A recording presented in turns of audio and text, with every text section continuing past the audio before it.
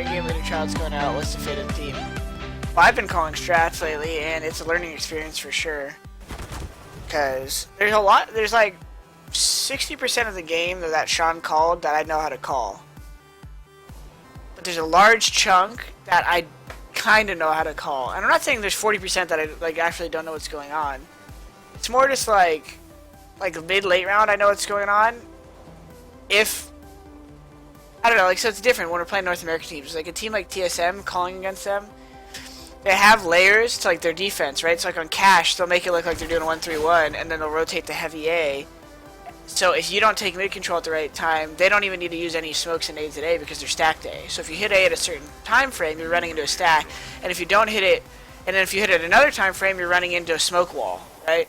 So like a lot of these top European teams are good at keeping their gaps kind of hidden. To be fair, though, for myself, I haven't had a chance to go over anything with my teammates yet. We've just been kind of plugging to feel out fists and doing tryouts and calling defaults.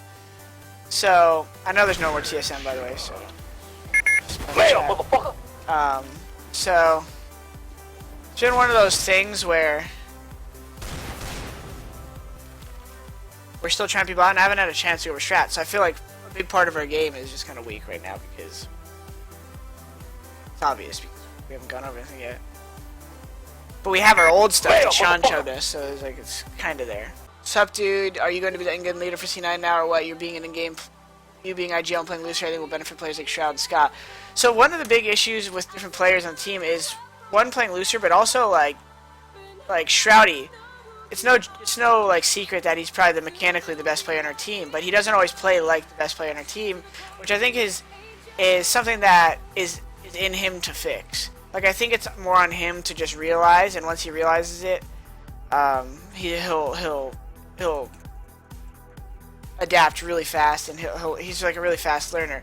The thing with Shroudy is, he was relatively new when he joined our team a year ago, so he's still like a newer pro player with a lot of experience. So I want to test out some things with Shroudy where we give him some more patient roles, because if he puts himself in some of the positions like I do, and I miss the kill, I'm like, Shroudy would have got that kill. Just is so used to being so insane that I think it's the same thing I went through 1.6. Like, when you could hit so many 6 shots, you want to hit those shots because you feel comfortable doing it.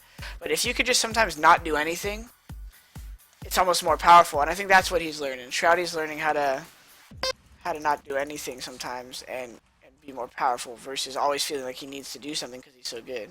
But in-game leading is something that I want to try just for fun, and I'm definitely going to get a coach. Regardless, I'm going to get a coach to help me conduct practice so that, regardless, we're prepared for tournaments. Even if I'm not like the best caller, we're going to be prepared. Do you do anything in particular to combat your hours of gaming sitting? I'm trying to promote healthy gaming, fitness on Twitch. Yeah, man, I mean, I just try to tell people, like, this sounds funny, but watch. Right here, I'll show you. There's studies done, and I read a study that my buddy was actually a part of for his kinesiology degree.